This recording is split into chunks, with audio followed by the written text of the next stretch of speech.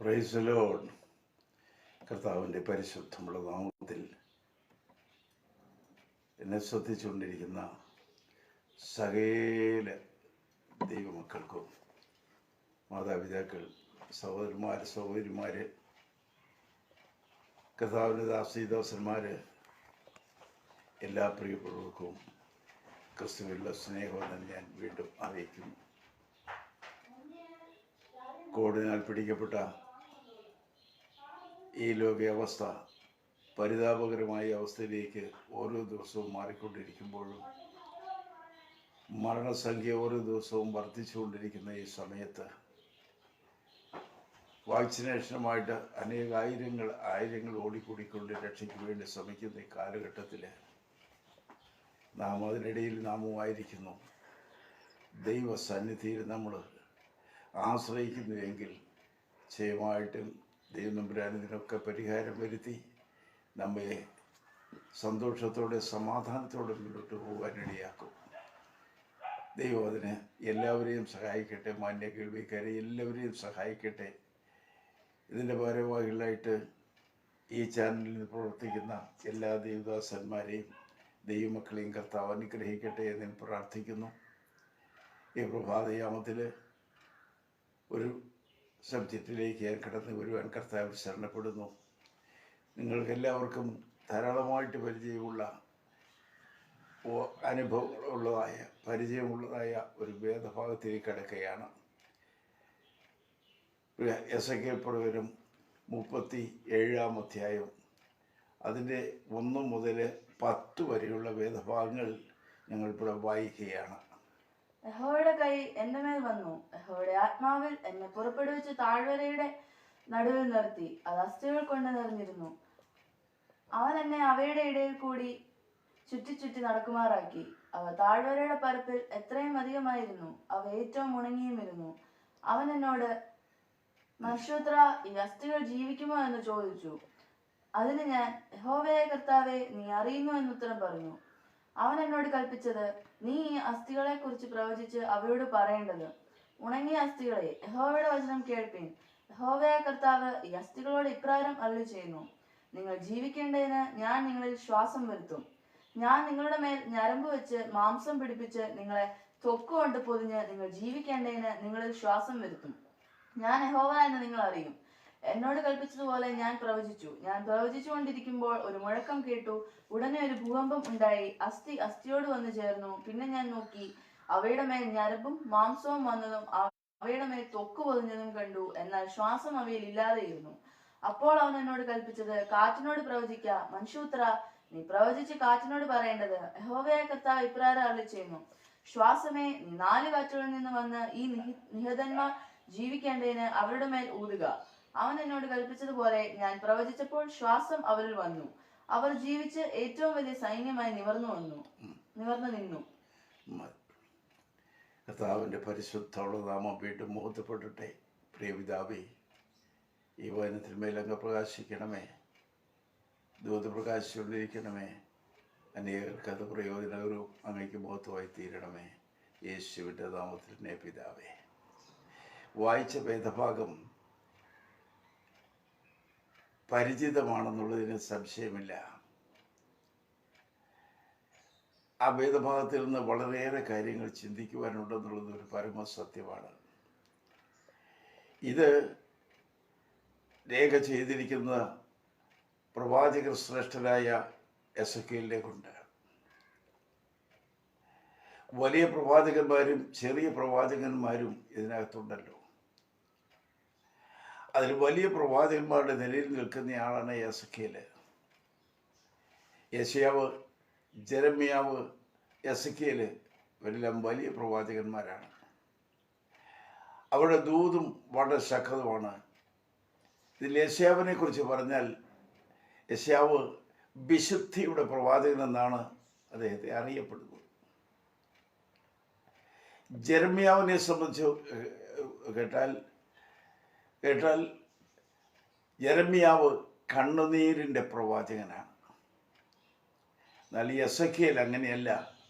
തന്നൊരു രാഷ്ട്രീയ പ്രവാചകനായിരുന്നു. ആത്മാവിൽ സംഭവിക്കാൻ പോകുന്ന സകലതിനെയും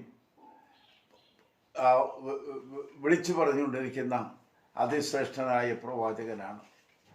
ഏലിയാവ് ശ്രേഷ്ഠ പ്രവാചകനാണ്.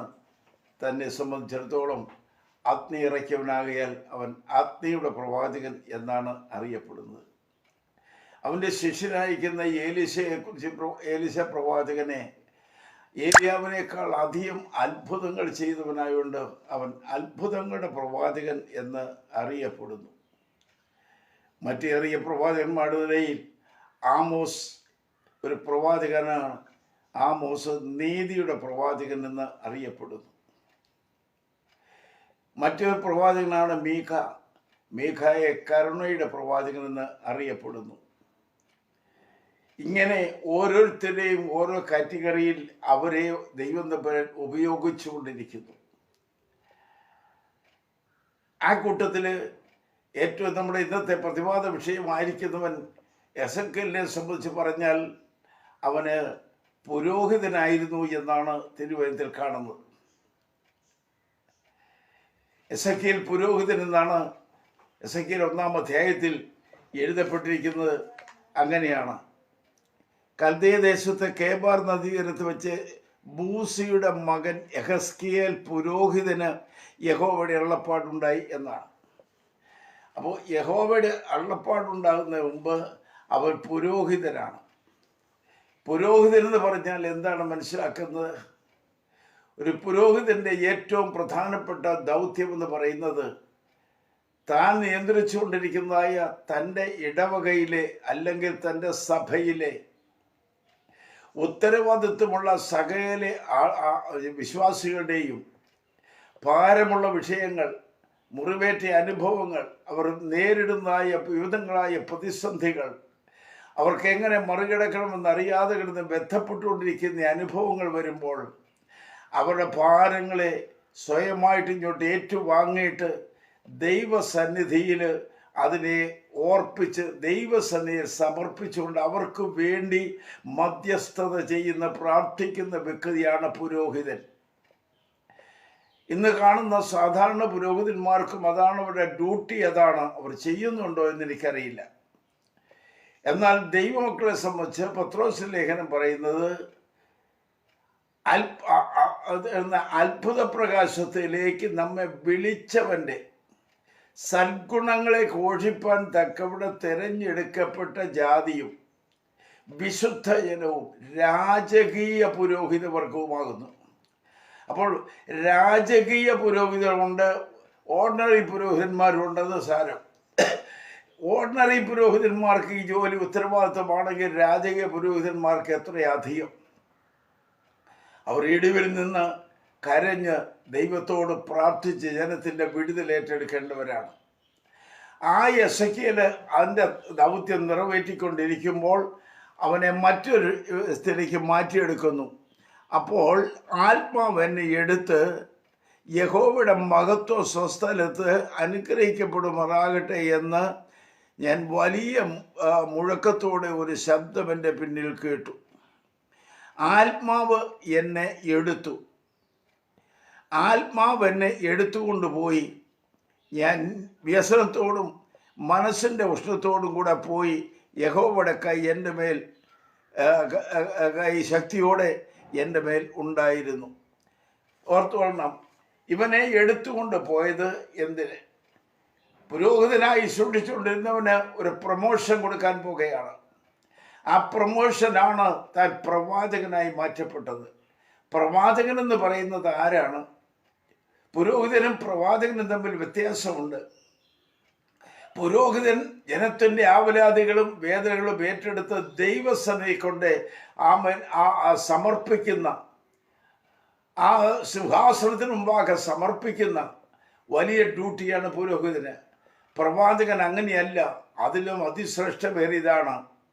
ജനത്തിന് മറഞ്ഞിരിക്കുന്നതും ദൈവം തമ്പുരാൻ തൻ്റെ സൂക്ഷ്മതയിൽ തൻ്റെ കലവറയിൽ സൂക്ഷിച്ചു വച്ചിരിക്കുന്ന മർമ്മങ്ങൾ വെളിപ്പെടുത്തുവാൻ ഉപയോഗിക്കുന്ന വ്യക്തികളാണ് പ്രവാചകന്മാർ. ദൈവത്തിൽ മറഞ്ഞിരിക്കുന്ന ഓരോ രഹസ്യങ്ങളും ജനത്തിന് കൊടുക്കാനുള്ളത് വാരി വെതറി പ്രസംഗരെ കൊണ്ട് പ്രസംഗിപ്പിക്കുകയല്ല. പ്രവാചക ശുശ്രൂഷ അങ്ങനെയുള്ളവർ കൊടുത്ത് ദൈവത്തിൽ മറഞ്ഞിരിക്കുന്നതിനെ ജനത്തിന് വെളിപ്പെടുത്തുന്നു.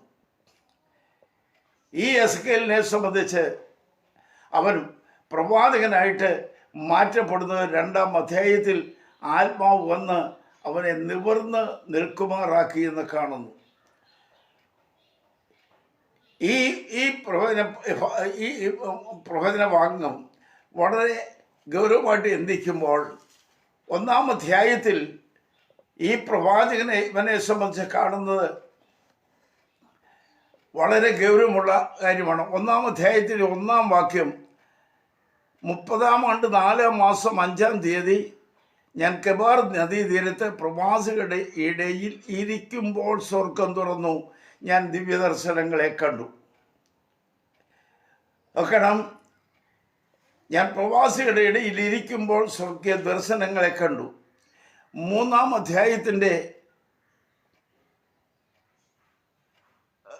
12-ാം വാക്യത്തിൽ, അപ്പോൾ ആത്മാവ് എന്നെ എടുത്ത് യഹോവയുടെ മഹത്വം സ്വസ്ഥലത്ത് നിന്ന് അനുഗ്രഹിക്കപ്പെടുമാറാകട്ടെ എന്ന് വലിയ മുഴക്കത്തോടെ ഒരു ശബ്ദം എൻ്റെ പിന്നിൽ കേട്ടു. എസെക്കിയേല് കെബാർ നദീതീരത്ത് പ്രവാസികളുടെ നടുവിൽ ഇരിക്കുമ്പോൾ എന്ന് പറയുന്നു. അവിടെ ഒരു പശ്ചാത്തലം ഇതിനകത്തുണ്ട്. പഴയ നിയമത്തിലും ഇസ്രായേൽ ജനത്തിന് നടുവിലും ദൈവത്തോട് ബന്ധമില്ലാതെ അന്യ ആരാധനയും വെച്ച് പുലർത്തി വിഗ്രഹങ്ങളെ സേവിച്ചും ദൈവത്തെ കോപിപ്പിച്ചും കൊണ്ടുവന്ന ഒരു വലിയ ജനതയാണ് ഇസ്രായേൽ ജനം. അവരുടെ നടുവിൽ വേർപാട് പാലിച്ച് ദൈവത്തിൻ്റെ അരുളപ്പാട് ഏറ്റുവാങ്ങി ദൈവത്തെ ഭയപ്പെട്ട് നിൽക്കുന്ന ചുരുക്കം ചിലരുടെ ഇടയിൽ പ്രധാന പങ്ക് വഹിച്ച ഒരാളാണ് എസെക്കിയേൽ. അവൻ തിരുവനന്തപുരം പുതിയ കാണുന്ന പോലെ ഈ കാലത്തും കൃപയാൽ ഒരു ശേഷിപ്പുണ്ട് എന്ന്. ആ പ്രവാചകനായിരിക്കുന്ന എസെക്കിയേല് ജനത്തിൻ്റെ ഇടയിൽ നിന്ന് ദൈവത്തെ മറന്ന് ഉപജീവനമാർഗം മാത്രം ആരാഞ്ഞ് മുന്നോട്ട് പോകുന്ന ആ ജനത്തിൻ്റെ ഇടയിൽ നിന്ന് വേർപാട് പാലിച്ച് ദൈവസന്നിധിയിലിരിക്കുന്ന ഒരു വ്യക്തിയാണ് യെഹെസ്കേൽ. അപ്പോൾ ഒരു കാര്യം നമ്മുടെ മനസ്സിൽ വരണം, ആരെല്ലാം വഴി തെറ്റിപ്പോയാലും ദൈവിക ദർശനം പ്രാപിച്ച ദൈവ പൈതല് വഴിമാറിപ്പോകാതെ ദൈവത്തെ ഭയപ്പെട്ടും അവനെ സ്നേഹിച്ചും അവൻ്റെ ആലോചന അറിയിച്ചും അവൻ്റെ സന്നിധിയിൽ ഇടിവിൽ നിന്ന് ജനത്തിന് വേണ്ടി പ്രാർത്ഥിച്ചും ആമേൻ ജനത്തെ വഹിക്കേണ്ടവനാണ് ഈ പ്രവാചകൻ. അങ്ങനെയുള്ള പ്രവാചകന്മാർ വളരെ ലളിതമായി ഒരു മുന്നേറ്റം നടത്താമെന്ന് വിചാരിക്കേണ്ട. കർത്താവിൻ്റെ കൽപ്പനകളും അവൻ്റെ വ്യവസ്ഥകളും ആത്മാവിൻ്റെ നിയോഗങ്ങളും അതേപടി അനുസരിച്ച് മുന്നോട്ട് പോകുവാൻ ആഗ്രഹിക്കുന്ന ഏതൊരു വ്യക്തിക്കും, അത് ഉപദേശിയായാലും വിശ്വാസികളായാലും നേതാക്കന്മാരായാലും ഒരുപോലെയാണ്. ദൈവത്തിൻ്റെ പ്രമാണത്തെ പൂർണ്ണമായിട്ട് അനുസരിച്ച് മുന്നോട്ട് പോകാൻ ആഗ്രഹിക്കുന്ന ദൈവമക്കൾക്ക്, ദൈവത്തിൻ്റെ ദാസന്മാർക്ക് കടന്നു പോകേണ്ട കടമ്പകൾ ഒരുപാടാണ്. അവിടെയെല്ലാം പരാജയത്തിൻ്റെ ചിന്തയിലല്ല, പരാജയപ്പെടുത്തുകയല്ല, അവിടെയെല്ലാം വിജയത്തിലേക്ക് ദൈവം തമ്പുരാൻ കൈപിടിച്ച് നടത്തും. നീതിമാന്റെ അനർത്ഥങ്ങൾ അസംഖ്യമാണ്, എണ്ണാൽ കഴിയാത്തവണ്ണം അസംഖ്യമാണ്. എന്നാൽ അതിൽ ചിലതൊഴികെ ബാക്കി എല്ലാത്തിൽ നിന്നും വിടുവിക്കുമെന്നല്ല എഴുതിയിരിക്കുന്നത്, അവ എല്ലാറ്റിൽ നിന്നും വിടുവിക്കുമെന്നാണ്. അപ്പോൾ ആശ്രയിക്കുന്ന ദൈവം തമ്പുരാൻ ഏതൊരു വിഷയത്തിൻ്റെ മുമ്പിലും എനിക്ക് അസാധ്യമെന്ന് പറയുന്നവനല്ല, എല്ലാറ്റിൽ നിന്നും വിടുവിക്കുമെന്നാണ്. എല്ലാറ്റിൽ നിന്നും വിടുവിക്കണമെങ്കിൽ എല്ലാറ്റിനെയും കൈകാര്യം ചെയ്യാൻ അധികാരമുള്ളവനുമായിട്ട് നാം ബന്ധപ്പെട്ടേ മതിയാകുകയുള്ളൂ. ഈ എസെക്കിയേലിനെ സംബന്ധിച്ച് അവന് വലിയ മഹത്തായ ശുശ്രൂഷ ചെയ്യാൻ പോകുകയാണ്. ഇന്ന് വായിച്ച വേദഭാഗത്തേക്ക് ഞാൻ പിന്നെ വളരെ ദൂരം യാത്ര ചെയ്ത് വേണം വരാൻ. ഈ അസ്ഥികൾ ജീവിക്കുമോ എന്ന് ചോദിച്ചത് ഒരു നിസ്സാര കാര്യത്തിലല്ല. അവിടേക്ക് ഞാൻ കൂട്ടിക്കൊണ്ട് വരുമ്പോൾ ആ വലിയ ശുശ്രൂഷ തികച്ചെടുക്കണമെങ്കിൽ ഈ ദൈവദാസന് ഒരു വലിയ ട്രെയിനിങ് ആവശ്യമാണ്. ട്രെയിനിങ് ഇല്ലാതെ ഒരു പ്രസ്ഥാനത്തിലും ശുഭകരമായി പ്രവർത്തിക്കാൻ കഴിയുന്ന വരികയില്ല.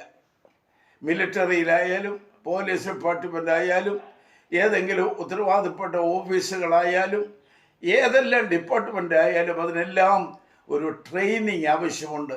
ട്രെയിനിങ് ഇല്ലാതെ ഇപ്പോൾ എലക്ഷൻ നടക്കുന്നു, എലക്ഷൻ ഡ്യൂട്ടിക്ക് വരുന്നവർക്ക് ഒരു ട്രെയിനിങ് കൊടുക്കുക.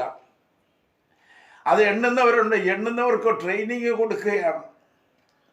എന്തിനും പിന്നിൽ ഒരു പരിചയ സമ്പന്നത ആവശ്യവും അതിനെ ഫേസ് ചെയ്യാനുള്ളതായ കരുത്തും ഉണ്ടാകേണ്ടത് ആവശ്യം. അതുകൊണ്ട് എസെക്കിയേൽ പ്രാർത്ഥിക്കുന്ന വിഷയം എത്തിക്കുന്നത് അവൻ ദിവ്യ ദർശനങ്ങളെ കണ്ടു എന്ന് കാണുന്നു. അവന് എന്തുകൊണ്ടാണ് കെബാർ നദീതീരത്ത് ഇരിക്കാൻ കാരണം? അതിൻ്റെ കാരണം മുഴുവനും അല്പം മുന്നോട്ട് വരുമ്പോൾ ഞാൻ വിസ്തരിച്ച് തന്നോളാം. എന്നാൽ ഇവിടെ നിങ്ങൾ പറയുന്നു, ജനത്തിൻ്റെ ഇടയിലെ തകർച്ചകളും ദൈവഭയമില്ലായ്മകളും വഴിപിഴച്ച പോക്കുകളും ദൈവത്തോട് കളിക്കുന്ന മത്സരബുദ്ധിയും ദൈവത്തെ ആരാധിക്കാനും സ്നേഹിക്കാനും കഴിയാതെ ചിന്നിച്ചിതറിക്കിടക്കുന്ന അനുഭവങ്ങളും ദൈവശക്തിയോ ദൈവദേശോ അതിൻ്റെ ഓജസ്സോ മേധസ്സോ ഒന്നുമില്ലാത്ത അനുഭവങ്ങൾ കാണുമ്പോൾ അവർക്ക് വേണ്ടി ഇടിവിൽ നിന്ന് പ്രാർത്ഥിക്കുന്ന ഒരുവനായി എസെക്കിയേലിനെ കാണുന്നു. അവൻ കെബാർ നദീതീരത്ത് ഒരു കൊച്ചുവായും എടുത്ത് അവിടെ പോയിരുന്ന് പ്രാർത്ഥിക്കാനിരിക്കുമ്പോൾ അവൻ്റെ കുടുംബക്കാരും ഇല്ല കൂടെ, അവൻ്റെ ചർച്ചക്കാരും കൂടെ ഇല്ല, സ്നേഹിതരാരും കൂടെ ഇല്ല. അതുകൊണ്ട് ഞാൻ തന്നെ എന്തിനിരുന്നുകൊണ്ട് പ്രാർത്ഥിക്കണമെന്ന ചിന്താഗതി വയ്ക്കാതെ എല്ലാവരും ഒഴിഞ്ഞു മാറി നിൽക്കുമ്പോഴും ജനത്തെക്കുറിച്ചുള്ള ഭാരവും ജനത്തെക്കുറിച്ചുള്ള ദൈവത്തിൻ്റെ ആലോചന നിവർത്തീകരിക്കപ്പെടേണ്ടതിനു വേണ്ടി ഇടിവിൽ നിന്ന് പ്രാർത്ഥിക്കുവാൻ താൻ ഏകനായിട്ട് തയ്യാറായി എങ്കിൽ മാന്യ ശ്രോതാക്കളോട് ഞാൻ ഒരു കാര്യം ഇടയ്ക്ക് കയറി പറയുകയാണ്. ആരെല്ലാം പ്രാർത്ഥിച്ചാലും ഇല്ലെങ്കിലും, ആരെങ്കിലും കരഞ്ഞില്ലെങ്കിലും, ഉപവസിച്ചാലും ഇല്ലെങ്കിലും, സുവിശേഷം പറഞ്ഞാലും ഇല്ലെങ്കിലും, നീ നിന്നോട് തന്നെ ഉത്തരവാദിത്വമുള്ളവളാണ്. ആരെല്ലാം മാറിപ്പോയാലും ഞാൻ മാറിപ്പോകയില്ല. ദൈവം എന്നെ ഏൽപ്പിച്ച ദൗത്യം ഞാൻ വിശ്വസ്തയോടെ ചെയ്യും എന്ന് നീ ഒരു തീരുമാനമെടുത്താൽ നിന്നിൽ ദൈവകൃപ കലവറ കൂടാതെ പകർന്ന് ദൈവം നടത്തും. വഴിയിൽ നിനക്ക് അനേക ഭീതിപ്പെടുത്തുന്ന സംഭവ വികാസങ്ങളുണ്ടാകും. അതെല്ലാം അനുഭവിച്ച് ഏറ്റുവാങ്ങിയവനാണ് ഈ എസെക്കിയേൽ.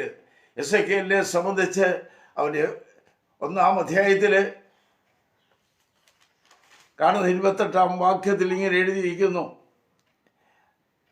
അവിടെ കാണുന്ന മഹാ തേജസ്, അതിമഹത്തേറിയ തേജസ് അവൻ കണ്ടുകൊണ്ട് അവൻ ദൈവസന്നിധിയിൽ 2-ാം അധ്യായത്തിൻ്റെ 1-ാം വാക്യത്തിൽ എഴുതിയിരിക്കുന്നവൻ കവിണ്ണു വീണു എന്നാണ്. അവൻ എഴുന്നേറ്റ് മനുഷ്യപുത്ര നിവർന്നു നിൽക്കുക.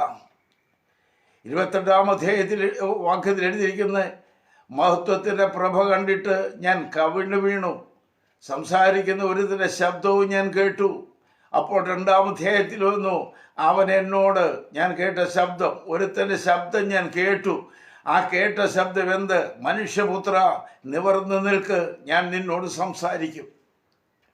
ദൈവത്തിൻ്റെ മഹത്വം ഒരു സമൂഹത്തിൽ മാത്രം വെളിപ്പെടുമെന്നാലും തെറ്റിദ്ധരിക്കണ്ട. ഏകയായിട്ടിരുന്ന് പ്രാർത്ഥിച്ചാരാധിക്കുമ്പോൾ ആ വ്യക്തിയുടെ മേൽ ദൈവത്തിൻ്റെ ഷെക്കൈന, ദൈവത്തിൻ്റെ തേജസ് ഇറങ്ങി വരും. ദൈവമായിട്ട് കൂട്ടായ്മ ബലപ്പെടും. ദൈവമായിട്ട് സംസാരിക്കാനുള്ള ഏറ്റവും വലിയ ഭാഗ്യത്തിലേക്ക് എത്തിച്ചേരും. നീ ഒറ്റയ്ക്കിരുന്ന് പ്രാർത്ഥിച്ചാലും തള്ളിക്കളയാത്തൊരു കർത്താവിനെയാണ് ഇന്ന് രാവിലെ ഞാൻ സംസാരിക്കുന്നത്. അവൻ ഏകനായിട്ട് മഹാത്ഭുതങ്ങളെ ചെയ്യുന്നവനാണ്. അബ്രഹാമിനോട് അവൻ ഇറങ്ങി വന്ന് സംസാരിച്ചിട്ട് മടങ്ങിപ്പോയതായിട്ട് തിരുവചനത്തിൽ വായിക്കുന്നു. അങ്ങനെയെങ്കിൽ വ്യക്തികളോട് സംസാരിക്കുവാൻ ഇറങ്ങി വരുന്ന ഒരു നാഥൻ്റെ മുമ്പിൽ, ആ കർത്താവിൻ്റെ അടുക്കൽ നാം വിനയത്തോടെ മുട്ടുമടക്കിയാൽ അവൻ നമ്മെ കൈവിടുകയില്ല. ഇവിടെ ദൈവത്തിൻ്റെ മഹത്വം, ദൈവത്തിൻ്റെ തേജസ് മനസ്സിലാക്കിയ എസെക്കിയേല് അവിടെ കവിണ്ണു വീണ് കിടക്കുകയാണ്. എനിക്ക് ദൈവത്തിൻ്റെ ദർശനം കിട്ടി, അത് കിട്ടി, ഇത് കിട്ടി എന്ന് പറഞ്ഞ് കോളറുമൊക്കെ വലിച്ചിട്ട് ടൈയുമൊക്കെ കെട്ടി അങ്ങനെ ഹൈഗിലിൻ്റെ ചെരുപ്പുമിട്ട് ഒക്കെ വന്നു കിടന്ന് ഗമയെ പ്രസംഗിക്കുന്നൊന്നും അല്ല ദൈവത്തിന് കാണേണ്ടത്. അവൻ്റെ മഹത്വം വെളിപ്പെട്ടു വരുന്ന വ്യക്തിയെ തിരിച്ചറിയുന്നത് അവരുടെ താഴ്മയാണ്, അവരുടെ വിനയമാണ്, അവർ ദൈവസന്നിധിയിൽ വീണ് കിടക്കുന്ന കാഴ്ചയാണ്. ഞാൻ ഇത്തവണ ഈസ്റ്ററിന് പേപ്പറിനകത്തൊരു പടം കണ്ടു. വത്തിക്കാനിൽ ബഹുമാന്യായ അതിനായ പോപ്പ് അങ്ങ് കവിണ്ണ് വീണ് നെടുക കിടക്കുന്നൊരു കാഴ്ച എന്നെ ചിന്തിപ്പിച്ചത്. ഇത്രയും വലിയൊരായൊരു ദൈവമനുഷ്യൻ, ഇത്രയും വലിയൊരായൊരു നേതാവ് ദൈവം മുമ്പാകെ വീണ് കിടന്ന് കരയുന്ന കാഴ്ച. ഇന്ന് മുട്ടിന്മേൽ ഇരിക്കാൻ പോലും നമുക്ക് മടിയാ. സൗകര്യമായ രീതിയിലൊക്കെ ഇരിക്കുന്നു, മുട്ടിന്മേൽ ഇരുന്ന് കരയാനോ പ്രാർത്ഥിക്കാനോ പോലും പറ്റുന്നില്ല. പോകട്ടെ എൻ്റെ പ്രിയപ്പെട്ടവരെ, ഇവൻ കവിണ്ണ് വീണ് കിടക്കുകയാണ്. ആ വീണ് കിടക്കുന്നവനെ ദൈവം തമ്പുരാൻ എഴുന്നേൽപ്പിച്ചു എന്ന് നമ്മുടെ വായിക്കുന്നു. മനുഷ്യപുത്ര, നിവർന്ന് നിൽക്ക്, ഞാൻ നിന്നോട് സംസാരിക്കുമെന്ന് പറഞ്ഞു. അവൻ എന്നോട് സംസാരിച്ചപ്പോൾ ആത്മാവ് എന്നിൽ വന്നു എന്നെ നിവർന്ന് നിൽക്കുമാറാക്കി. അവൻ എന്നോട് സംസാരിക്കുന്നത് ഞാൻ കേട്ടു. വീണ് കിടക്കുന്നവനെ, തകർന്ന് താഴെ വീണ് കിടക്കുന്ന ഏത് വിഷയത്തിലുമാകട്ടെ, നീ ദൈവസനയിൽ വീണ് കിടക്കുകയാണെങ്കിൽ നിന്നെ ചവിട്ടി മെതിച്ചിട്ട് അവിടെ കിടക്കട എന്ന് പറഞ്ഞിട്ട് പോകുന്നവനല്ല എനിക്കും വേണ്ടി ചോര ഒഴുക്കി തന്നവൻ. അവനവിടെ കിടക്കട്ടെ, അനുഭവിക്കട്ടെ പറയില്ല. ദൈവസനി വീണ് കിടക്കുന്നവനെ എഴുന്നേൽക്ക എന്ന് പറഞ്ഞിട്ടും അവൻ എഴുന്നേൽക്കാതെ കിടന്ന് കരയുകയാണെന്ന് ഞാൻ പറയുന്നു. എന്നാൽ ഒരു കൈ അവൻ്റെ മേൽ നീട്ടി ആ വീണ് കിടക്കുന്നവനെ നിവർന്ന് നിൽക്കുമാറാക്കി, നേരെ നിൽക്കുമാറാക്കി. ദൈവം നേരെ നിർത്തിയ ഒരു വ്യക്തിയെയും നശിപ്പിച്ച് കളയാം, തള്ളിയിടാമെന്ന് വ്യാമോഹിക്കരുത്. അത് ബുദ്ധിശൂന്യമാണ്. നേരോടെ നിൽക്കുന്നവരെ ദൈവം തമ്പുരാൻ കൈത്താങ്ങ് കൊടുക്കും. അവരെ തള്ളിയിടാൻ ശ്രമിക്കരുത്. പലരും ശ്രമിച്ചു നോക്കും, വീഴുവാൻ തക്കവണ്ണം അവൻ എന്നെ തള്ളി, എങ്കിലും യഹോവയുടെ കരം എന്നെ താങ്ങി. തള്ളുന്ന ആ ചെകുത്താൻ പുറകിലുണ്ട്, വീഴിക്കാൻ വേണ്ടി ശ്രമിക്കുന്നവനുണ്ട്. എന്നുവെച്ചാൽ പാപത്തിൽ വീഴിക്കുവാൻ, ദൈവകൃപയിൽ നിന്ന് വീഴിച്ചു കളയുവാൻ, ദൈവിക സ്വഭാവത്തിൽ നിന്ന് വീഴിച്ചു കളയുവാൻ, സംസാരത്തിലും ചിന്തകളിലും പ്രവർത്തന മണ്ഡലങ്ങളിലും വീഴിച്ചു കളയുവാൻ വേണ്ടി പുറകിൽ നിൽക്കുന്ന ആ കറുത്തവൻ, ദൈവത്തിൻ്റെയും ദൈവമക്കളുടെയും പൊതുശത്രുവായിരിക്കുന്നവൻ, അവൻ വീഴ്ത്താൻ വേണ്ടി ശ്രമിക്കുന്നവനാണ്. ആ ശ്രമം നമ്മിൽ മാത്രമല്ല, വാഴ്ത്തപ്പെട്ട കർത്താവിലും വെളിപ്പെട്ടതാണ്. അവന് 40 നാളത്തെ ഫാസ്റ്റിംഗ് കഴിഞ്ഞ് എഴുന്നേറ്റ് വരുമ്പോൾ ആ വിശക്കുന്നവനോട് പറയുന്നത്, ഈ കിടക്കുന്ന കല്ലപ്പമായി തീരാൻ അപ്പമായി തീരും, നിനക്ക് തിന്നാമല്ലോ. കർത്താവിനവനെ തിരിച്ചറിയാം. ഇത് പരീക്ഷണമായി യേശു അവൻ്റെ വാക്ക് കേട്ട് കീഴടങ്ങി എന്ന് വരുത്താനുള്ള ഒരു പരിശ്രമം. അതിനോടെ അവൻ ഭൂലോകം അവൻ്റേതാണെന്ന് അവൻ പിന്നെയും ഡിക്ലെയർ ചെയ്യും. യേശുവിനൊരു മാന്യതയില്ലാതെ, ഒരു സ്ഥാനമില്ലാതെ വരും. എൻ്റെ കർത്താവ് അതിന് വിട്ടുകൊടുത്തില്ല. പിശാചേ, ചെകുത്താനെ, ലൂസിഫറെ, മനുഷ്യൻ അപ്പം കൊണ്ട് മാത്രമല്ല ജീവിക്കുന്നത്, ദൈവത്തിൻ്റെ വായിൽ നിന്ന് വരുന്ന വചനം കൊണ്ടുകൂടിയാണ് ജീവിക്കുന്നത് പറഞ്ഞ് അവനെ പരാജയപ്പെടുത്തുന്ന കാഴ്ച കാണുമ്പോൾ എത്ര അത്ഭുതമാണ്. ഞാൻ പറഞ്ഞതിൻ്റെ താല്പര്യം സാമാന്യ ജനത്തെ മാത്രമല്ല, സാധാരണ ശുശ്രൂഷകന്മാരെ മാത്രമല്ല, അത്യുന്നതനായിരിക്കുന്ന, സ്വർഗത്തെക്കാൾ ഉന്നതനായിരിക്കുന്ന ദൈവത്തിൻ്റെ പുത്രനെ വരെ മറിച്ചിടാൻ വേണ്ടി ശ്രമിച്ചവനാണ് ഇവനെ എങ്കിൽ അവനെ വളരെ സൂക്ഷ്മതയോടെ കൈകാര്യം ചെയ്യേണ്ടവനാണ്. വീണ് കിടക്കുന്നവനെ എഴുന്നേൽപ്പിച്ചാൽ അവനെ തള്ളിയിടാനായിട്ട് പരിശ്രമം നടക്കും, പക്ഷേ തള്ളിയിടാൻ അവൻ സമ്മതിക്കയില്ല. എന്നാൽ ഇവന് അതിൽ അടിയുറച്ച് ദൈവത്തിൻ്റെ പ്രമാണത്തിന് നേരെ നിർത്തിയവനെ, ദൈവകൃപ കൊണ്ട് ജ്വലിക്കുന്നവനെ അവൻ ചെയ്തെന്താണെന്നറിയാമോ? അതിൻ്റെ 1-ാം അധ്യായത്തിൽ നിങ്ങൾ കടന്നു വരുമ്പോൾ അതിൻ്റെ 3-ാം അധ്യായത്തിൻ്റെ 16-ാം വാക്യം നിങ്ങൾ വായിക്കുമ്പോൾ ഇങ്ങനെ കാണുന്നു.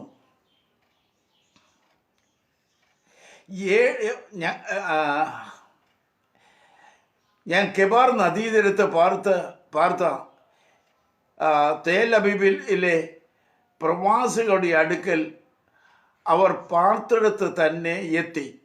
അവരുടെ മധ്യേ 7 ദിവസം സ്തംഭിച്ചുകൊണ്ട് പാർത്തു. 7 ദിവസം കഴിഞ്ഞിട്ട് യഹോവയുടെ അരുളപ്പാട് എനിക്കുണ്ടായത്.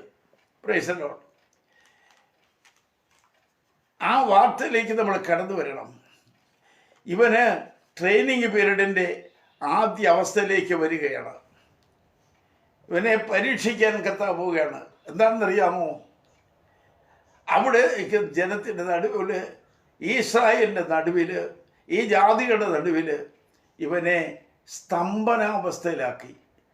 ദൈവകൃപ ജ്വലിക്കുന്നവൻ, പ്രവചിക്കുന്നവൻ, ദൈവദർശനമുള്ളവൻ, ദൈവസനെ സമർപ്പിക്കപ്പെട്ടവൻ, ഒരടി പോലും മുന്നോട്ട് പോകാൻ കഴിയാത്തൊരു സ്തംഭനാവസ്ഥ, ഒരു സ്തംഭനാവസ്ഥ. എന്തു ചെയ്യണം, എന്തു പറയണം, എങ്ങോട്ട് പോകണം, എന്ത് ചിന്തിക്കണമെന്നറിയാൻ പാടില്ലാത്ത ഒരു സ്തംഭനാവസ്ഥ പല ദൈവമക്കൾക്കും സംഭവിക്കാവുന്ന ഒരു വിഷയമാണിത്. അവനെ 7 ദിവസം, 7 മിനിറ്റല്ല, 7 മണിക്കൂറുമല്ല, 7 ദിവസം സ്തംഭനാവസ്ഥയിൽ അവനെ ആക്കി വെച്ചു. അങ്ങനെയൊരു അവസ്ഥ നിനക്കുണ്ടായെന്നാൽ നീ ബോധം കെട്ട് വീഴുമോ, പിന്മാറിപ്പോകുമോ, നിലനിൽക്കുമോ എന്നറിയേണ്ടതിന് വേണ്ടി അവൻ ഒരുക്കി കൊടുത്തായ ഒരു ഘട്ടമാണ് സ്തംഭനാവസ്ഥ എന്ന് പറയുന്നത്. ദൈവമക്കൾക്ക് ചില നിർണായകമായ രംഗങ്ങൾ വരാം. വലത്തോട്ടോ ഇടത്തോട്ടോ തിരിയണമോ, മുന്നോട്ട് പോകണമോ എന്ന് ഒന്നും പറയാൻ കഴിയാതെ വണ്ണം സ്തംഭിച്ച് നിൽക്കുന്ന അനുഭവം. പ്രതികൂലങ്ങളുടെ കാറ്റുകൾ അടിക്കുമ്പോൾ, സംഭവങ്ങൾ കാണുമ്പോൾ, സംഭാഷണങ്ങൾ കേൾക്കുമ്പോൾ, വിമർശനങ്ങൾ കേൾക്കുമ്പോൾ എന്ത് ചെയ്യണമെന്നറിയാതെ ഒന്നും ചെയ്യാൻ കഴിയാതെ സ്തംഭനാവസ്ഥയിൽ, അപവാദങ്ങളും ഭീഷണികളും ദ്രോഹങ്ങളും കടന്നു വരുമ്പോൾ ഇനി എന്തിനു മുന്നോട്ട് പോകണം, എങ്ങനെ മുന്നോട്ട് പോകണമെന്നറിയാതെ സ്തംഭിച്ച് നിൽക്കുന്ന അനുഭവങ്ങൾ. സ്തോത്രം. ഈ സ്തംഭനാവസ്ഥ ഒരു ട്രെയിനിങ് ആണെന്നുള്ളത് ഇപ്പോഴല്ല അറിയുന്നത്, പിന്നത്തേതിലാണ്. 4 വശങ്ങളും അടയപ്പെട്ടു, വഴികളെല്ലാം അടഞ്ഞു എന്ന് തോന്നുന്ന സമയത്ത് ഒരു പുതുവഴി തുറക്കുമെന്നുള്ള വിഷയം നിന്നെ കാണിച്ചു തരണമെന്നുണ്ടെങ്കിൽ ഈ സ്തംഭനാവസ്ഥ ആവശ്യമാണ്. ചിലരെ ശുശ്രൂഷിക്കുന്ന നീക്കുമ്പോൾ ചില പ്രതിബന്ധങ്ങളുടെ നടുവിൽ എന്ത് ചെയ്യണം. അപ്പോസ്തലന്മാർ എത്രയോ രംഗങ്ങളിൽ മുന്നോട്ട് പോകാനുള്ള വഴി അടഞ്ഞു കിടക്കുന്ന സമയത്ത് അവർ പ്രാർത്ഥിച്ചും കരഞ്ഞുകൊണ്ടവർ എത്രമാത്രം ഇരുന്നു, എത്രമാത്രം സ്തംഭനാവസ്ഥയിൽ ഇരുന്നു. എന്നാൽ അതെല്ലാം പിന്നത്തേതിൽ വിജയത്തിലേക്കും ഉയർച്ചയിലേക്കും സന്തോഷത്തിലേക്കും സമാധാനത്തിലേക്കും വഴിതെളിക്കുകയായിരുന്നു. അതുകൊണ്ട് ദൈവമക്കൾക്ക് വരുന്ന ഏതൊരു സംഭവങ്ങളും നമ്മെ നഷ്ടപ്പെടുത്താൻ വേണ്ടിയല്ല, നമുക്കൊരു പുതിയ അനുഭവത്തിലേക്ക് നടത്തുവാൻ ദൈവം കൊടുക്കുന്ന ഈ അനുഭവമാണ്. 1-ാമത്തെ അവസ്ഥ അവൻ്റെ സ്തംഭനാവസ്ഥയാണ്. 2-ാമത് അതിൻ്റെ 3-ാം അധ്യായത്തിൻ്റെ 24-ാം വാക്യം വായിക്കുമ്പോൾ, ഞാൻ കെബാർ നദീതീരത്ത് കണ്ട മഹത്വം പോലെ ഇവിടെ യഹോവയുടെ മഹത്വം നിൽക്കുന്നത് കണ്ട് ഞാൻ കവിണ്ണു വീണു. അപ്പോൾ ആത്മാവ് എന്നിൽ വന്ന് എന്നെ നിവർന്ന് നിൽക്കുമാറാക്കി എന്നോട് സംസാരിച്ചു, നീ ചെന്ന് നിന്റെ വീട്ടിനകത്ത് കതകടച്ച് പാർക്ക. സ്തോത്രം. ദൈവത്തിൻ്റെ തേജസ്, ദൈവത്തിൻ്റെ ഷെഖൈന അതിറങ്ങി വരുമ്പോൾ അവൻ പിന്നെയും വീണ് കിടന്ന് കരയുകയാണ്.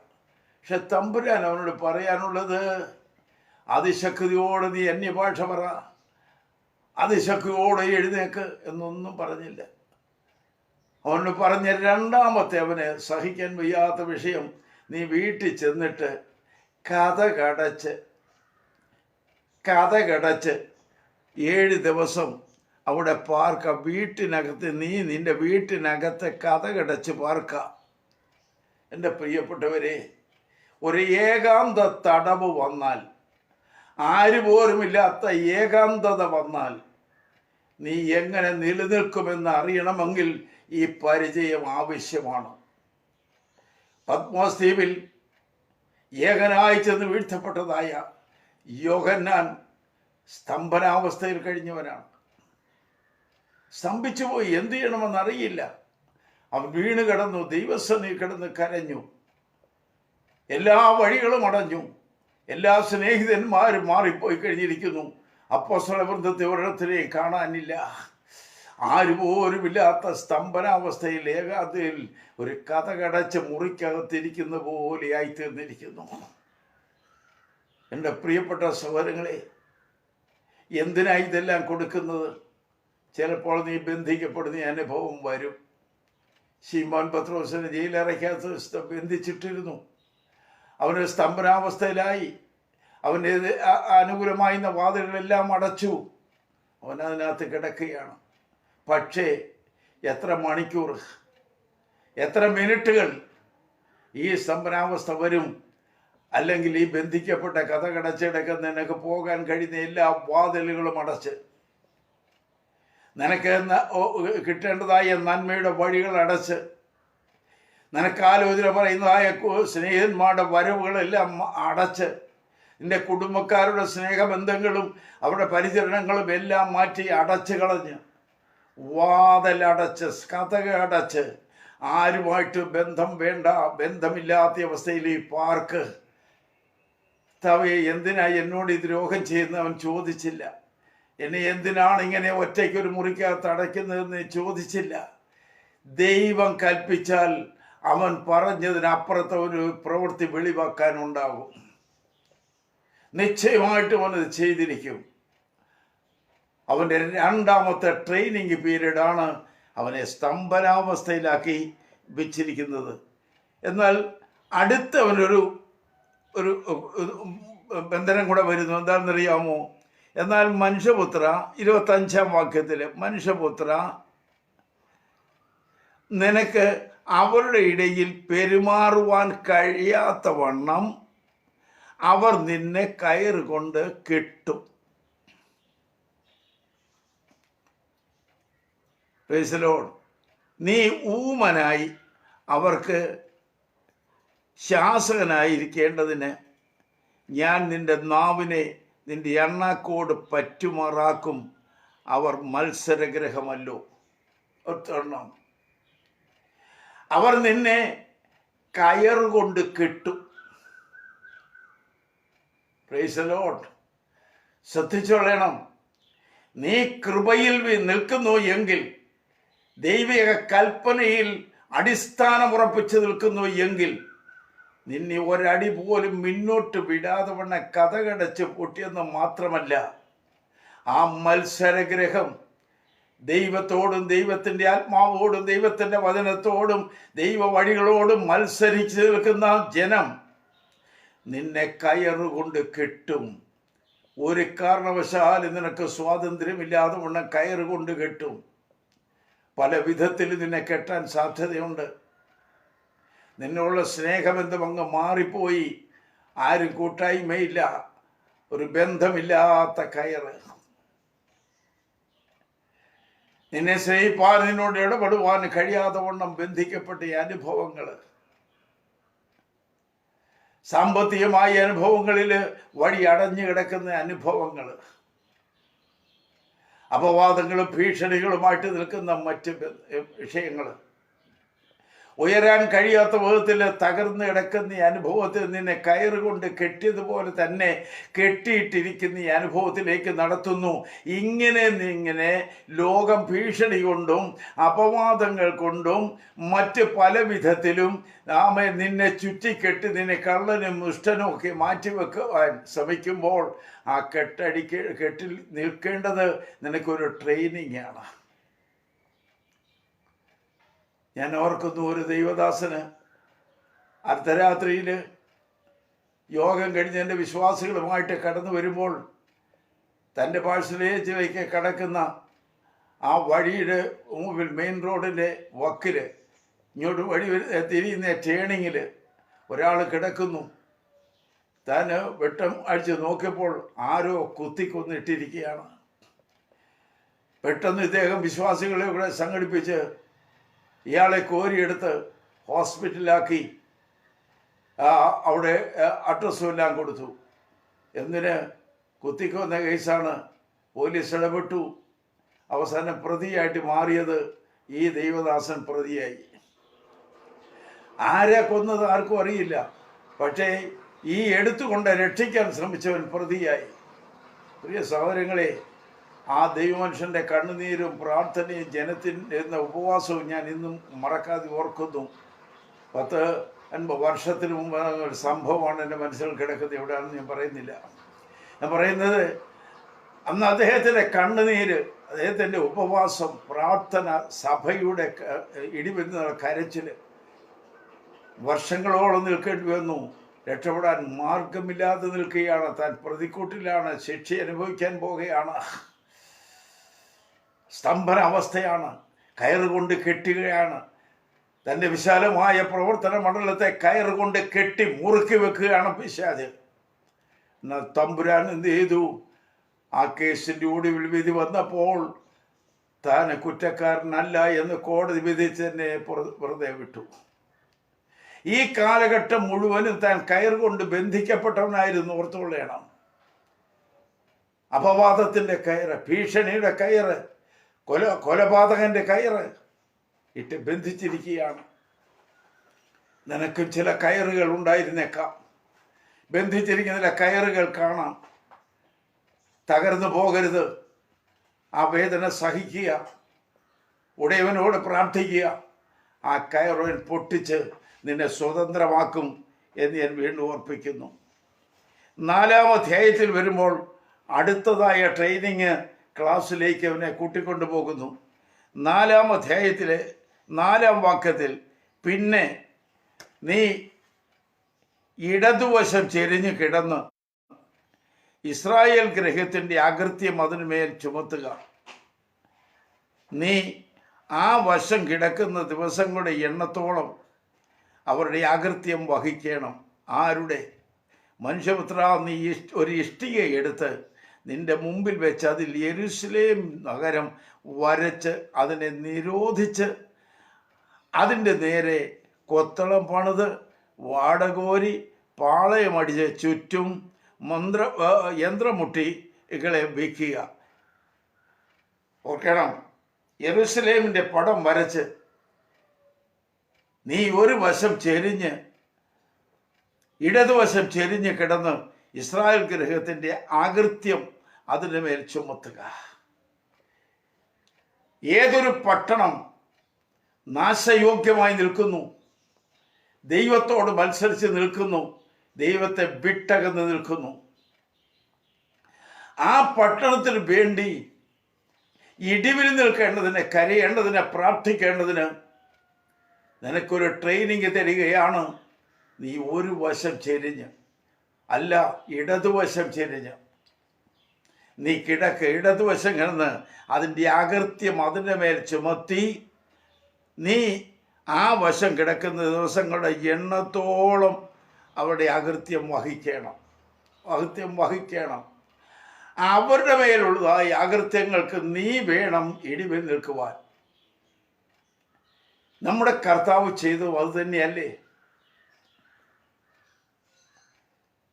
സകല മനുഷ്യരുടെയും അകൃത്യം അവൻ്റെ മേലായി.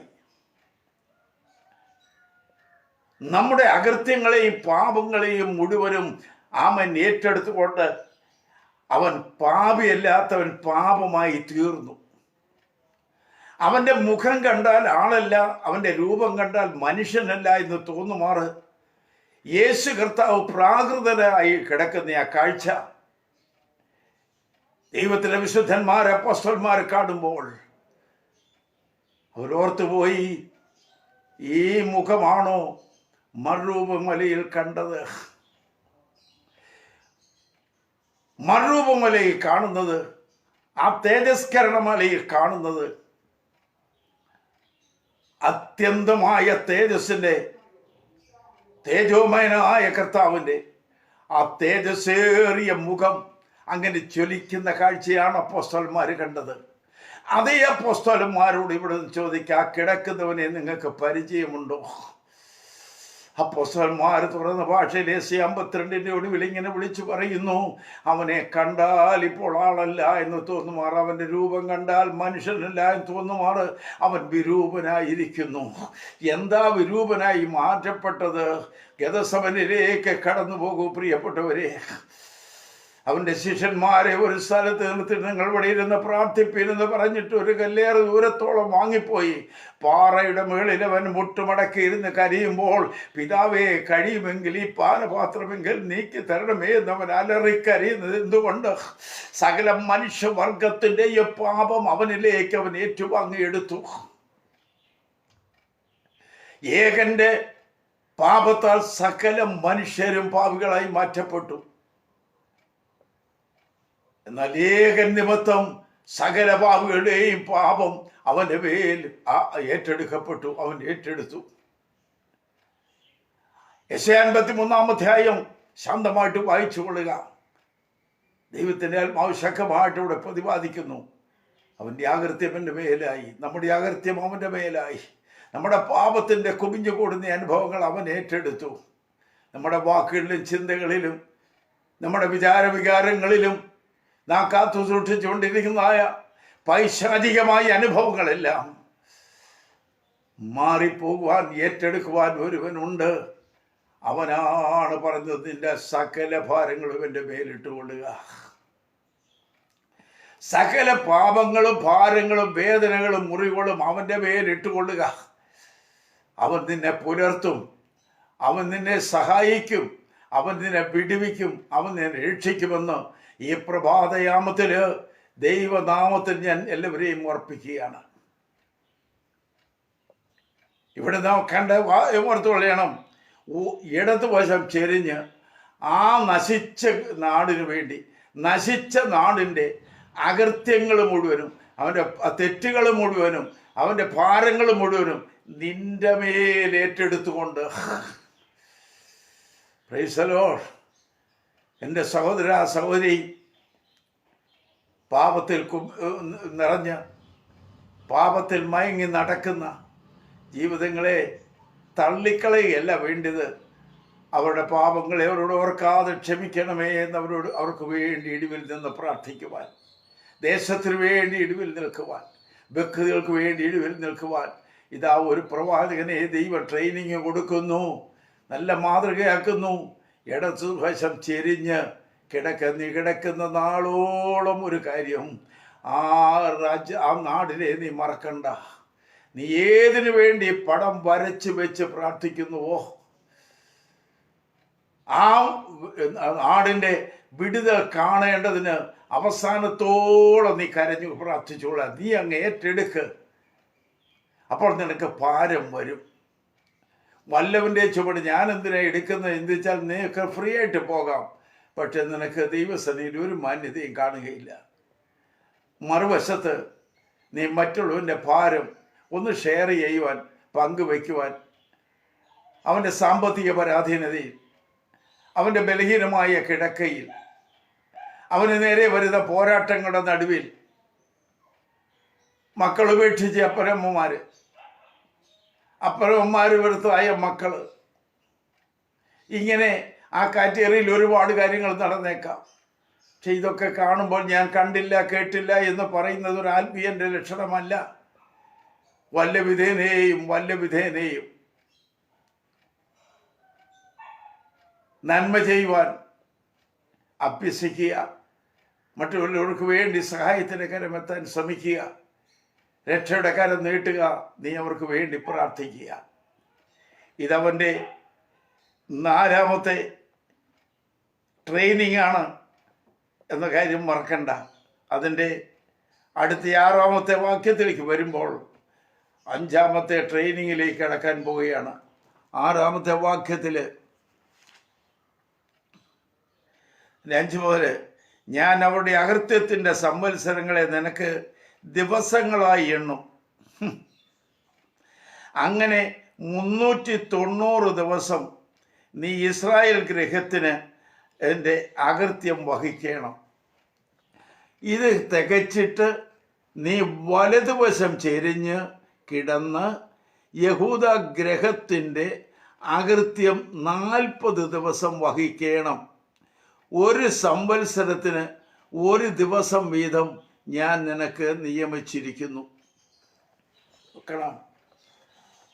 കർത്താവിൻ്റെ മഹത്വത്തിന് ശുശ്രൂഷ ചെയ്യേണ്ട അതിശ്രേഷ്ഠനായ പ്രവാചകന് കൊടുക്കുന്നതായ ട്രെയിനിങ് നിങ്ങൾ ഓർക്കണം. ഇടതുവശം ചെരിഞ്ഞവൻ 390 ദിവസം, 1 വർഷവും 1 മാസവും കൂടെ പിന്നെയും. ഏതാണ്ട് അങ്ങനെ ചിന്തിച്ചാൽ പോരാ. 1 ദിവസം 1 വർഷം പോലെ ഇതിനകത്ത് കണക്കൂട്ടപ്പെടുന്നു. ഇവിടെ നമ്മൾ വായിച്ചല്ലോ, അങ്ങനെ തന്നെ വായിച്ചല്ലോ. യഹൂദാഗൃഹത്തിൻ്റെ അകൃത്യം 40 ദിവസം വഹിക്കണം. 1 സംവത്സരത്തിന് 1 ദിവസം വീതം ഞാൻ നിനക്ക് നിയമിച്ചിരിക്കുന്നു. 1 സംവത്സരം അത് 1 ദിവസമാക്കി മാറ്റുന്ന കർത്താവ്. എൻ്റെ കണക്കൂട്ടൽ നമുക്കൊന്നും ചിന്തിക്കാൻ കഴിയുന്നില്ല, അതീതമാണ്. 1 ദിവസം എന്ന് പറയുമ്പോൾ 1 വർഷമായിട്ട് കണക്കൂട്ടുന്നു. എപ്പോഴും ഓർക്കണം, 390 ദിവസം ഇടതുവശം ചെരിഞ്ഞ് യെരുശലേമിൻ്റെ പടം വരച്ചു വെച്ച എൻ്റെ അകൃത്യത്തെ നിന്റെ മേൽ ഏറ്റെടുത്തുകൊണ്ട് നീ അതിനു വേണ്ടി ഇടിവിൽ നിന്ന് കരഞ്ഞ് പ്രാർത്ഥിക്കാൻ പറയുന്നു. ആമേൻ. 390 ദിവസം കഴിഞ്ഞപ്പോൾ ദൈവം പറയാൻ അനുവദിച്ചു. നീ ഒന്ന് തിരിഞ്ഞു കിടന്നു, വലതുവശം ചെരിഞ്ഞൊരു 40 ദിവസം, അല്ല 40 വർഷം. ദൈവത്തിൻ്റെ സന്നിധിയിൽ 1 ദിവസം 1 വർഷമായിട്ട് കണക്കൂട്ടുമെങ്കിലും ഇത് 40 ദിവസമാണ്. 40 ദിവസം വലതുവശം നീ ചെരിഞ്ഞ് അവൻ്റെ അകൃത്യം ഏറ്റെടുത്തുകൊണ്ട് പ്രാർത്ഥിക്കുക. എൻ്റെ പ്രിയപ്പെട്ടവരെ, ഞാൻ അവിടെ ഇരുന്ന് ഒരുപാട് കാര്യം ചിന്തിച്ചിട്ടുണ്ട്. ഒരു മനുഷ്യന് പ്രാഥമികമായ കാര്യങ്ങൾ പോലും നടക്കണ്ടേ? ഈ കിടപ്പ് കിടന്നാൽ മതിയോ? അതിനൊക്കെ മറുപടി അതിനകത്തുണ്ട്. ഇങ്ങനെ പ്രാഥമിക കാര്യങ്ങൾക്ക് പോകാൻ കഴിയാതെ ബന്ധിക്കപ്പെട്ട് കിടക്കുന്ന ഒരനുഭവം ഒരു ദൈവ വൈദ്യന്, കർത്താവിൻ്റെ വേലക്കാരന് അല്ലെങ്കിൽ കർത്താവിൻ്റെ ദാസിക്ക് ഉണ്ടായാൽ അതിൻ്റെ അടുത്ത പടി എന്താണ്? നിങ്ങൾക്ക് പിന്നെ വായിച്ച് മനസ്സിലാക്കണം. അവന് ടോയ്ലറ്റിൽ പോലും പോകാൻ ഇടമില്ല. കാരണം നീ ആ കിടപ്പ് കിടന്നുകൊള്ളണം. എന്നാലും അവൻ ചാണകം കൊണ്ട് ഉണ്ടാക്കി വെച്ച് പരത്തി ഉണക്കി വെച്ച് അതുകൊണ്ട് ആ കിടക്കുന്ന കിടക്കയിലാണ് വല്ല പ്രിപ്പയർ ചെയ്യുന്നത്. അങ്ങനെയൊക്കെ അത് കിടന്ന് അവഹേളിക്കപ്പെടുന്ന അനുഭവങ്ങളൊക്കെ ഉണ്ടായിട്ടുണ്ട്. അതിലേക്കുള്ള ചരിത്രത്തിലേക്ക് ഞാൻ കടന്നു പോയാൽ ഈ വിഷയത്തിൽ ദൂരെ പോകും. ഒത്തിരി അങ്ങോട്ട് ഞാൻ കടക്കുന്നില്ല. ദൈവമക്കൾ അനുഭവിച്ച വേദനകളുടെ അതിഭയങ്കരമേറിയ അനുഭവങ്ങൾ ഈ 37-ാം അധ്യായം തൊട്ട് നിങ്ങളോട് അല്പം സംസാരിക്കാനുണ്ട്. എന്നാൽ ദൈവമക്കൾ ഓർത്തുകൊള്ളാൻ അനുഭവിച്ച ദൈവദാസൻ അനുഭവിച്ച എസെക്കിയേൽ അനുഭവിച്ച 5-ാമത്തെ കേസാണ് ഞാനിവിടെ വായിച്ചത്. നീ വലതുവശം ചെരിഞ്ഞ് കിടക്ക്. വലതുവശം ചെരിഞ്ഞ 40 ദിവസം തീർന്നില്ല. 5-ാം അധ്യായത്തിൻ്റെ 1-ാം വാക്യത്തിൽ വരുമ്പോൾ അടുത്ത 6-ാമത്തെ ട്രെയിനിങ്ങിന് കൊടുക്കാൻ പോവുകയാണ്. ഈ 5 കാര്യങ്ങളിലും അവൻ പരാജയപ്പെട്ടില്ല. 5 ട്രെയിനിങ് വീടിലും അവൻ വിജയിച്ച് മുന്നോട്ട് വരികയാണ്. ഒരു ദൈവദാസൻ അനുഭവിക്കുന്ന കഷ്ടങ്ങളാണ് ഞാൻ പറയുന്നത്. 5-ാമത്തെ കെട്ടിലും പ്രശ്നങ്ങളിലും അവൻ വിജയിച്ചു കഴിഞ്ഞു. ഇതാ വരുന്നു ആറാമത്തെ ട്രെയിനിങ് പീരീഡ്, ട്രെയിനിങ് കളരിയിലേക്ക് വരുന്നു. ആ ട്രെയിനിങ് എന്താണ്? മനുഷ്യപുത്ര, നീ മൂർച്ചയുള്ള ഒരു വാളെടുത്ത് ക്ഷൗരത്തിനായി കത്തിയായി പ്രയോഗിച്ച് നിന്റെ തലയും താടിയും ക്ഷൗരം ചെയ്ത് പിന്നെ തുലാസ് എടുത്ത് രോമം തൂക്കി വിഭാഗിക്കുക. നിരോധകാലം കഴിയുമ്പോൾ 1/3 നീ നഗരത്തിൻ്റെ നടുവിൽ തീയിലിട്ട് ചുട്ടുകളയണം. 1/3 എടുത്ത് അതിൻ്റെ ചുറ്റും വാൾ കൊണ്ട് അടിക്കണം. 1/3 കാറ്റത്ത് ചിതറിച്ച് കളയണം. അവയുടെ പിന്നാലെ ഞാൻ വാൾ ഊരും. വെക്കണം. അടുത്ത ട്രെയിനിങ്, മനുഷ്യപുത്ര, നീ ചെയ്യേണ്ടത്, നീ ഒരു ക്ഷൗരക്കത്തി, മൂർച്ചയുള്ളൊരു ക്ഷൗരക്കത്തി, ഒരു വാളെടുത്ത് ക്ഷൗരത്തിനായിട്ട് പ്രയോഗിച്ച് നിന്റെ തലയും താടിയും ക്ഷൗരം ചെയ്ത് പിന്നെ തുലാസ് കൊണ്ട് തൂക്കിയെടുക്കാൻ. നീ മൂർച്ചയുള്ള ഒരു ക്ഷൗരക്കത്തി എടുത്തുകൊണ്ട് ഷേവ് ചെയ്യുന്ന കത്തിയെടുത്ത് നിന്റെ തല മുഴുവൻ വടിച്ചുകളാ, നിന്റെ താടിയൊന്ന് വടിച്ചുകളാ.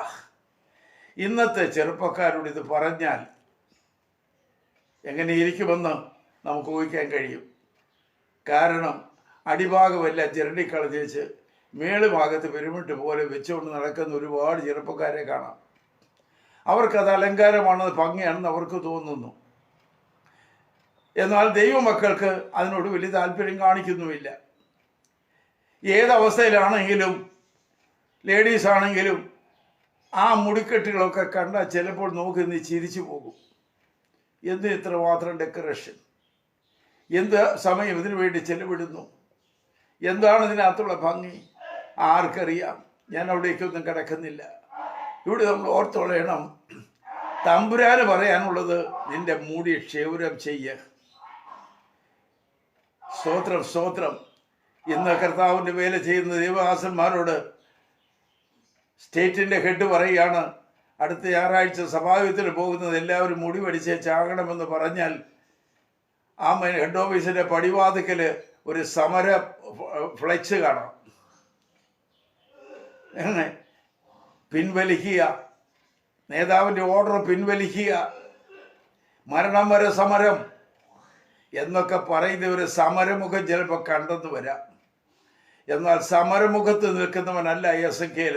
എന്തിനാ ഇത് ചെയ്യുന്നതെന്ന് പോലും ചോദിക്കാതെ, എന്തിനു വേണ്ടി ഞാൻ ഈ മുടി വടിക്കണം, താടി വടിക്കണമെന്ന് ചോദിക്കാതെ അവൻ പറയുന്നത് അതേപടി അനുസരിക്കുക. ഞാൻ അതിനകത്തൊരു വ്യാഖ്യാനം കാണുന്നതാണ്, എൻ്റെ പ്രിയപ്പെട്ടവനെ, നീ കർത്താവിൻ്റെ വേലയ്ക്ക് വേണ്ടി മുന്നോട്ട് പോകുമ്പോൾ എല്ലാം അനുകൂലമല്ല.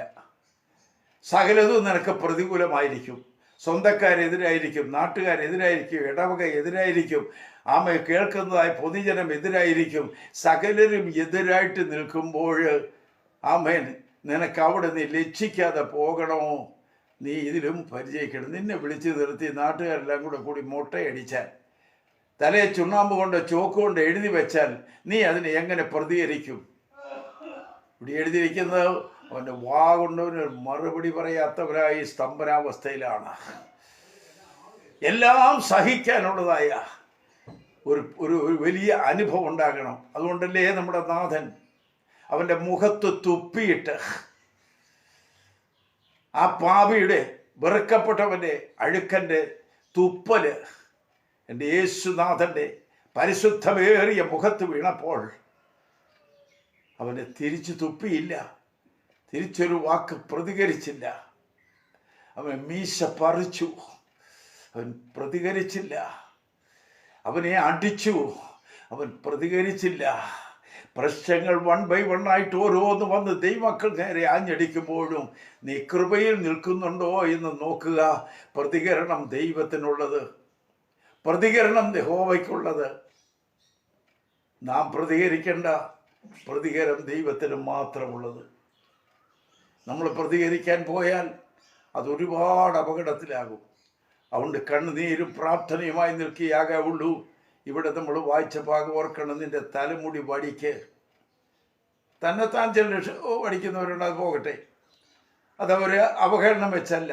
എന്നാൽ നിർബന്ധിച്ച് നിന്നെ കൊണ്ടിരിക്കുമ്പോൾ നിന്നെ അപമാനകരമായ അവസ്ഥയിൽ നിന്നാ വിഷയമായിട്ട്, മറ്റുള്ള പരിഹാസ വിഷയമായിട്ട്, ഇതാ മുട്ടത്തലേ എന്ന് പ്രവാചകനെ വിളിച്ച് പറഞ്ഞതുപോലെ വെട്ടത്തലേ എന്ന് വിളിക്കുമ്പോൾ നിനക്കൊരു അപമാനഭാരം വരും.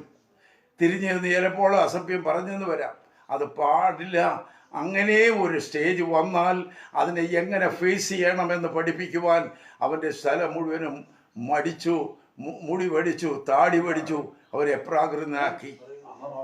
ഇനിയും അടുത്ത ക്ലാസ്സിലേക്ക് 7ാം അവസ്ഥയിലേക്ക് മാറുമ്പോൾ അവൻ്റെ 7ാമത്തെ ട്രെയിനിങ്ങിലേക്ക് പോവുകയാണ്. 12ാം അധ്യായത്തിൽ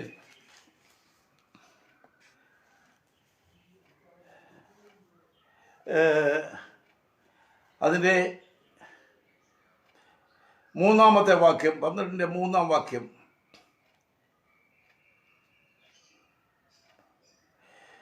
ആകയാൽ മനുഷ്യപുത്ര, നീ യാത്രക്കോപ്പ് ഒരുക്കി പകൽ സമയത്ത് അവർ കാണുക പുറപ്പെടുക. അവർ കാണുക നിന്റെ സ്ഥലം വിട്ട് മറ്റൊരു സ്ഥലത്തേക്ക് യാത്ര പുറപ്പെടുക. മത്സരഗ്രഹമെങ്കിലും, പക്ഷേ അവർ കണ്ട് ഗ്രഹിക്കുമായിരിക്കും. യാത്രക്കോപ്പ് പോലെ നിന്റെ സാമാനം നീ പകൽ സമയത്ത് അവർ കാണുക പുറത്തു കൊണ്ടുവരേണം. വൈകുന്നേരത്ത് അവർ കാണുക പ്രവാസത്തിന് പോകുന്നവരെ പോലെ നീ പുറപ്പെടണം. അവർ കാണുക നീ മതിൽ കുത്തി തുരന്ന് അതിൽ കൂടി അത് പുറത്തു കൊണ്ടുപോകണം. അവർ കാണുക നീ അത് തോളിൽ ചുമന്നുകൊണ്ട് ഇരുട്ടത്ത് യാത്ര പുറപ്പെടണം. നീലം കാണാതെ വണ്ണം നിന്റെ മുഖം മൂടിക്കൊള്ളണം. ഞാൻ നിന്നെ ഇസ്രായേൽ ഗൃഹത്തിന് ഒരടയാളമാക്കിയിരിക്കുന്നു. എന്നോട് കൽപ്പിച്ചതുപോലെ ഞാൻ ചെയ്തു. യാത്രക്കോപ്പുകളെ ഞാൻ എൻ്റെ സാമാനം പകൽ സമയത്ത് പുറത്തു കൊണ്ടുവന്നു. വൈകുന്നേരത്ത് ഞാൻ എൻ്റെ കൈകൊണ്ട് മതിൽ കുത്തി തുരന്ന് ഇരുട്ടത്ത് അത് പുറത്തു കൊണ്ടുവന്നു. അവർ കാണുക യഹോവയുടെ അരുളപ്പാട് എനിക്ക്. എന്നാൽ രാവിലെ യഹോവയുടെ അരുളപ്പാട് എനിക്ക് ഉണ്ടായതെന്നാൽ, മനുഷ്യപുത്ര, മത്സരഗ്രഹമായി ഇസ്രായേൽ ഗ്രഹം നിന്നോട് എന്തു ചെയ്യുന്നു എന്ന് ചോദിച്ചില്ലയോ? ഈ അരുളപ്പാട് യെരൂശലേമിലെ പ്രഭുക്കന്മാർക്ക് അവിടെ ചുറ്റും പാർക്കുന്ന ഇസ്രായേൽ ഗ്രഹത്തിനൊക്കെയും ഉള്ളത് എന്ന് യഹോവയായ കർത്താവ് അരുളി ചെയ്യുന്നുവെന്ന് നീ അവരോട് പറക. എൻ്റെ പ്രിയപ്പെട്ടവരെ, അവിടെ വളരെ ശ്രദ്ധിക്കേണ്ട കാര്യം, യഹോവയുടെ അരുളപ്പാട് എനിക്കുണ്ടായിരുന്നാൽ, മനുഷ്യപുത്ര, നീ മത്സരഗ്രഹത്തിന് നടുവിൽ പാർക്കുന്നു. കാണുവാൻ കണ്ണുണ്ടെങ്കിലും അവർ കാണുന്നില്ല, കേൾപ്പാൻ ചെവിയുണ്ടെങ്കിലും അവർ കേൾക്കുന്നില്ല. അവർ മത്സരഗ്രഹമല്ലോ.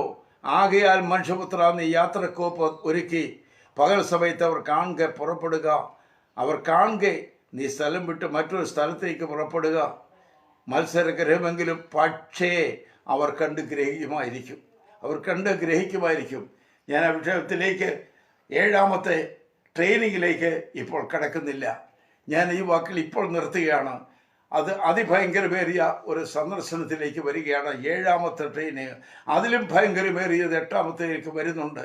ഓർത്തുകൊള്ളണം, ഒരു ദൈവത്തിന് ദാസനെ ദൈവ ശുശ്രൂഷ ഫലമേൽപ്പിച്ചാൽ, അവനിൽ പരിശുദ്ധാത്മാവ് പ്രവർത്തിച്ചാൽ, അവനെ ദൈവം കൈകൾ ഉപയോഗിക്കുന്ന ബോധ്യം വന്നാൽ, ഏത് വിധേനയും വഴിത്തലയ്ക്ക് തകർത്ത് കളയാൻ ശ്രമിക്കുന്ന ദുഷ്ടപിശാച് അവൻ്റെ ആത്മീയ സമാധാനത്തെയും സന്തോഷത്തെയും പ്രാർത്ഥനയെയും കുടുംബജീവിതത്തിൻ്റെ സമാധാനത്തെയും ഭദ്രതകളെയും എല്ലാം തകർത്ത് കളയുന്ന കൊടുംപിശാച് അവനാവോളം ചെയ്തുകൊണ്ടിരിക്കുമ്പോഴും ഏത് രംഗത്തും ദൈവത്തിന് ദാസൻ തളർന്നു പോകാതെ വീണു പോകാതെ നിൽക്കേണ്ടതിന് അവന് നല്ല ട്രെയിനിങ്, നല്ല പരിചയ സമ്പന്ന കൊടുത്ത്, നല്ല പാകപ്പെടുത്തിയെടുത്ത മനസാക്ഷിയുമായിട്ട് വേണം കർത്താവിൻ്റെ വേലയ്ക്ക് വേണ്ടി മുന്നോട്ട് പോകുവാൻ.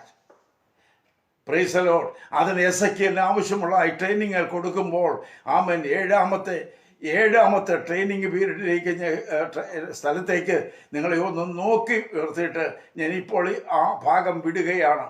7ാമത്തേത് അതിശക്തമേറിയ ഒരു പ്രയോഗമാണത്. ഒരിക്കലും താങ്ങാൻ കഴിയാത്ത ഒരു അനുഭവമാണത്. എന്നാൽ ദൈവത്തിൻ്റെ ഉദ്ദേശം ഈ കഠിനമേറിയ പ്രവൃത്തി നടത്തിയാലും വല്ല വിധേനയും അവർ ദൈവത്തെങ്കിലേക്ക് മടങ്ങി വരട്ടെ എന്നാണ്. അതിനുവേണ്ടി ശ്രമിക്കുമ്പോൾ അതിനെ എതിർക്കുന്ന മനോഭാവമല്ല, കീഴടങ്ങുന്ന ഒരു അനുഭവം വരട്ടെ. എസെക്കിയേലിനെ കുറിച്ച് വായിച്ച വേദഭാഗം കിടക്കുന്നേ ഉള്ളൂ. ഈ അസ്ഥികൾ ജീവിക്കുമോ? ഈ അസ്ഥികൾ ജീവിക്കുമോ? മറുപടി കർത്താവ് ഒരുവൻ താമസിച്ചാൽ അടുത്ത യോഗത്തിൽ നമുക്ക് എടുക്കാം, നമുക്ക് കണ്ണുകളെ അടയ്ക്കാം. Price the Lord, price the Lord. ഞങ്ങളുടെ കർത്താവും പരിശുദ്ധനുമായ ദൈവമേ, സ്വർഗ്ഗപിതാവേ, ഇന്ന് പ്രഭാതത്തിൽ നിന്റെ വചനം സംസാരിക്കേണ്ടതിന് നീ എളിയവനെ പ്രാപ്തനാക്കി ശക്തനാക്കിയ സ്തോത്രം. ഒന്നുമില്ലായ്മയിരുന്ന് ഉളവാക്കുന്നവൻ്റെ കൃപയാണ് അടിയിൽ നിന്ന് ലഭിച്ചുകൊണ്ടിരിക്കുന്ന ഓർത്ത സ്തോത്രം. എൻ്റെ കർത്താവേ, ഞാൻ പോഷണെങ്കിലും കഴിവ് കിട്ടവനെങ്കിലും വിദ്യാസമ്പന്നരില്ലെങ്കിലും അതിശ്രേഷ്ഠമേറിയ പദവികളൊന്നുമില്ലെങ്കിലും നിൻ്റെ എളിയദാസരായി നിൻ്റെ പെട്ടകം ചുമക്കുവാൻ, നിൻ്റെ ആലോചന അറിയിപ്പാൻ നീ എളിയവരെ തെരഞ്ഞെടുത്ത് ഓർത്ത സ്തോത്രം. ഈ വചനം കേട്ട ഒരുത്തര് പോലും നഷ്ടപ്പെട്ടു പോകാതെ അവരുടെ ക്ഷീണങ്ങളും ബലഹീനതകളും മാറി ശക്തന്മാരായിട്ട് ദൈവരാജ്യത്തിന് കെട്ടുപടിക്ക് ഏത് പ്രതിസന്ധികളെയും മറികടക്കുന്ന അനുഭവ സമ്പത്തുള്ളവരായിട്ട് മുന്നോട്ട് പോകത്തക്കോണം സഹായിക്കണമേ. കർത്താവിൻ്റെ കരങ്ങളിലേക്ക് ഞങ്ങൾ ഫലമേൽപ്പിക്കുന്നു. സ്തംഭനാവസ്ഥയിൽ കഴിയേണ്ടി വരുന്നു കർത്താവെ, വാതിലടച്ച് കിടക്കേണ്ടി വരുന്നു, ഒരു വശം തിരിച്ച് കിടക്കേണ്ടി വരുന്നു, തലയും മുടിയെല്ലാം പഠിച്ച് കളയേണ്ടതായി വരുന്നു. ഇങ്ങനെ അനവധി അനുഭവങ്ങളുടെ മറികടന്ന് നിൻ്റെ രാജ്യത്തിൻ്റെ കെട്ടുപണിക്ക് വേണ്ടി നീ ദൈവദാസനെ ശക്തിയായി ഉപയോഗിച്ച പോലെ എന്നെ കേൾക്കുന്ന പ്രിയപ്പെട്ട ഒരു ആടിയെയും ഉപയോഗിക്കണമേ എന്ന് ഞാൻ പ്രാർത്ഥിക്കുകയും കേട്ട സകല ജീവിതങ്ങൾക്കും ഇനി കേൾക്കാൻ പോകുന്നവർക്കും പിതാവിൻ്റെയും പുത്രൻ്റെയും പരിശുദ്ധാത്മാവിൻ്റെയും നാമത്തിൽ ഞാൻ അവരെ അനുഗ്രഹിക്കുകയും ചെയ്തുകൊണ്ട് എൻ്റെ വാക്കുകൾ വിരമിക്കുന്നു. സകല മഹത്വം അങ്ങേക്ക് യേശു മൂലം പ്രാർത്ഥന കേൾക്കണമേ പിതാവേ.